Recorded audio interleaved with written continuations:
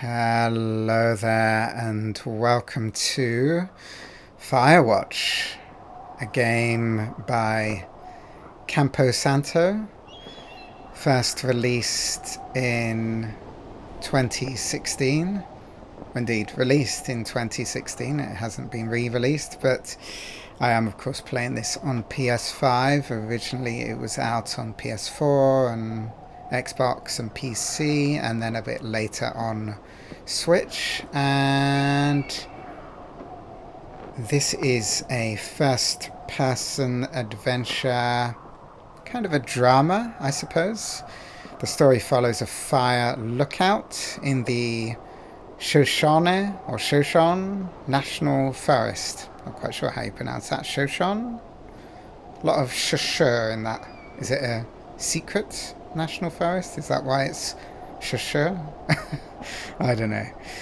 Shoshone. Let's go with that. Anyway, national forest in Wyoming.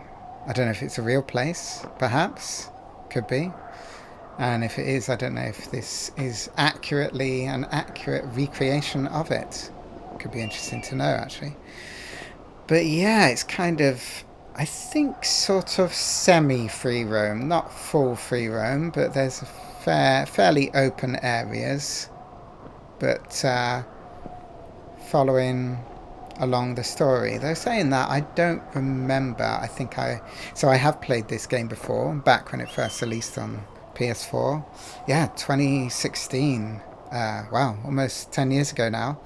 And yeah, I think I was very much focused on the story, so I don't remember venturing out too much. So maybe that could be interesting to do this time around. Venture beyond and see how open the world is in this forest. And yeah, I'm really looking forward to playing this game again because I did really enjoy it the first time round, and it really did a great job of immersing you in that, well, appropriately enough as a first-person game, putting you in the shoes of the protagonist and making you feel like you were there doing this job for the summer in the forest as a fire lookout, which is kind of a cool, interesting job. Kind of one of those quirky jobs that you don't really think about that exist, that people do. And yeah, it was just a great experience. And so it'd be great to dip back in because I'm sure there's so much of it that I've forgotten. And let me press X and have a look-see. So yeah, we've got some special features here, which I think I'll have a look at these upon completing the story. Yeah, the audio tour with commentary by the team. Yeah, and the thoroughfare free roam. I don't know what thoroughfare means. Is that just the region, perhaps? The region of Wyoming? The region that the park is in? Anyway, it'd be good to do some full free roam at the end of the game.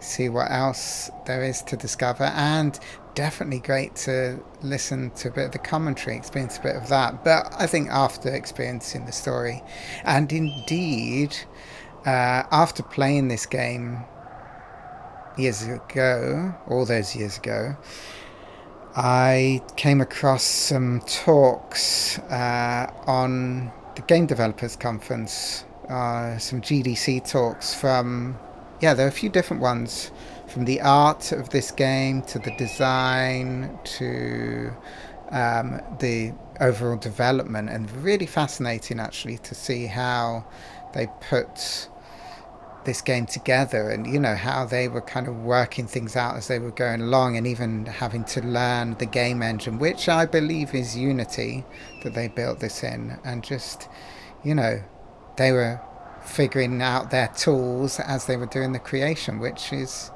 quite inspiring, and actually maybe encouraging that that's a good way to approach things, not having to think that you have to know everything before getting stuck in to creating. It's probably the best way to learn, indeed. But yeah, I highly recommend watching them. I think you can find them on YouTube if you search Firewatch GDC. Yeah, a lot of really cool talks. But yeah. So settings. Yes, I've adjusted the volume a little bit to put it up to the max because it defaults at 75, but I was finding that a bit quiet.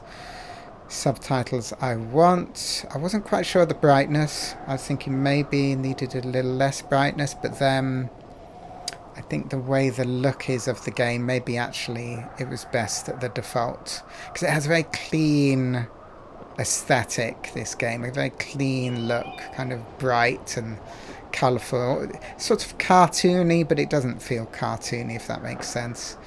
Yeah, I think the best way I can describe it is like a clean aesthetic. And I think, I don't know if it upscales it much or the PS5 version changes it much, but I suppose maybe it's just maybe more clarity, more crispness to the visuals, and with the visuals as they are in this game, it just really looks really fantastic like this. So the controls, we've got a camera, we've got a compass, we can jog, we can look, we can climb, we cannot jump, I don't think.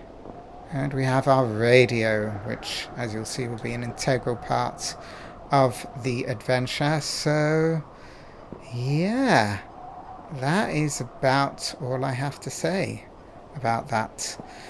I'm looking forward to watching out for some fires and getting immersed in this story again, in this world, in this park for the summer. And I hope you'll come join me on the adventure. So that's all from me for now. See you soon in part 1. Goodbye.